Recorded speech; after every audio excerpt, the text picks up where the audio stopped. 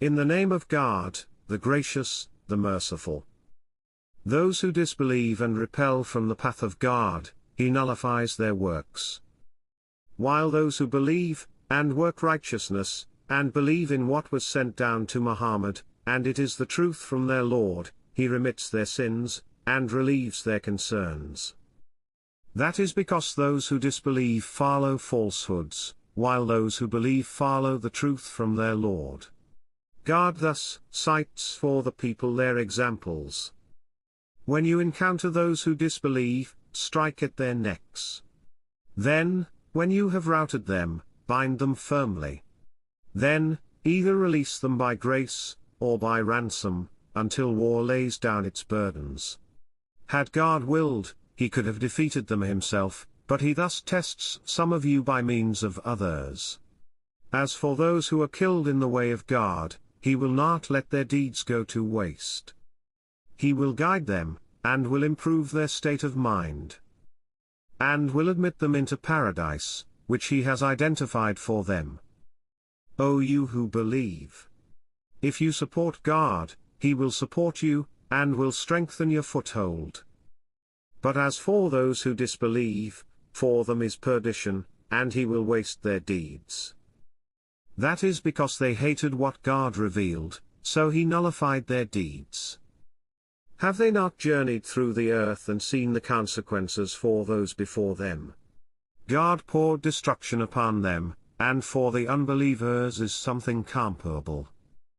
That is because God is the master of those who believe, while the disbelievers have no master. God will admit those who believe and do good deeds into gardens beneath which rivers flow. As for those who disbelieve, they enjoy themselves, and eat as cattle eat, and the fire will be their dwelling. How many a town was more powerful than your town which evicted you? We destroyed them, and there was no helper for them. Is he who stands upon evidence from his Lord, like someone whose evil deed is made to appear good to him? And they follow their own desires. The likeness of the garden promised to the righteous, in it are rivers of pure water, and rivers of milk fervor fresh, and rivers of wine delightful to the drinkers, and rivers of strained honey. And therein they will have of every fruit, and forgiveness from their Lord. Like one abiding in the fire fervor, and are given to drink boiling water, that cuts up their bowels.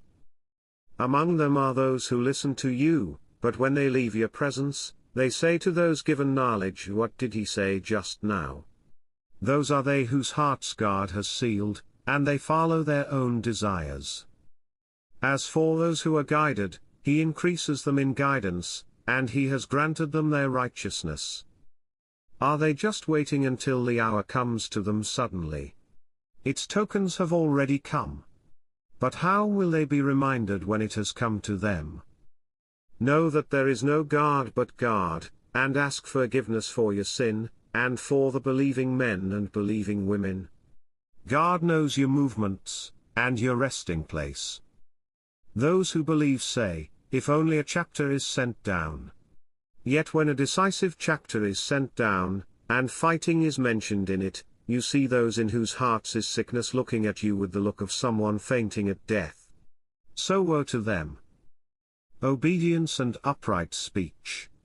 Then, when the matter is settled, being true to God would have been better for them. If you turn away, you are likely to make mischief on earth, and sever your family ties. Those are they whom God has cursed. He made them deaf, and blinded their sight. Will they not ponder the Quran? Or are there locks upon their hearts? Those who reverted after the guidance became clear to them, Satan has enticed them, and has given them latitude.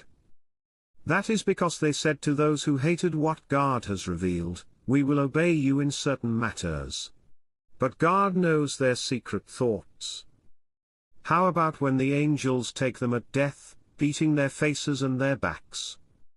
That is because they pursued what displeases God, and they disliked His approval, so He nullified their works.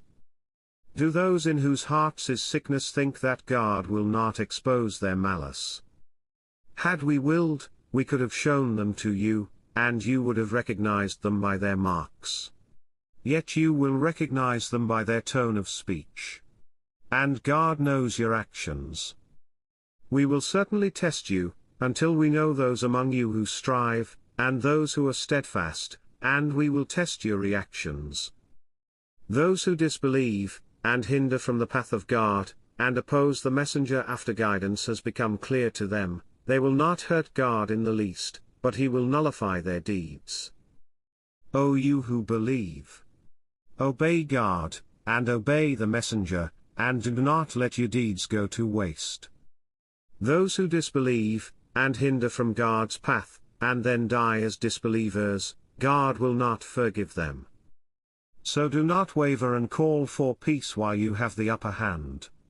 God is with you, and he will not waste your efforts. The life of this world is nothing but play and pastime. But if you have faith and lead a righteous life, he will grant you your rewards, and he will not ask you for your possessions.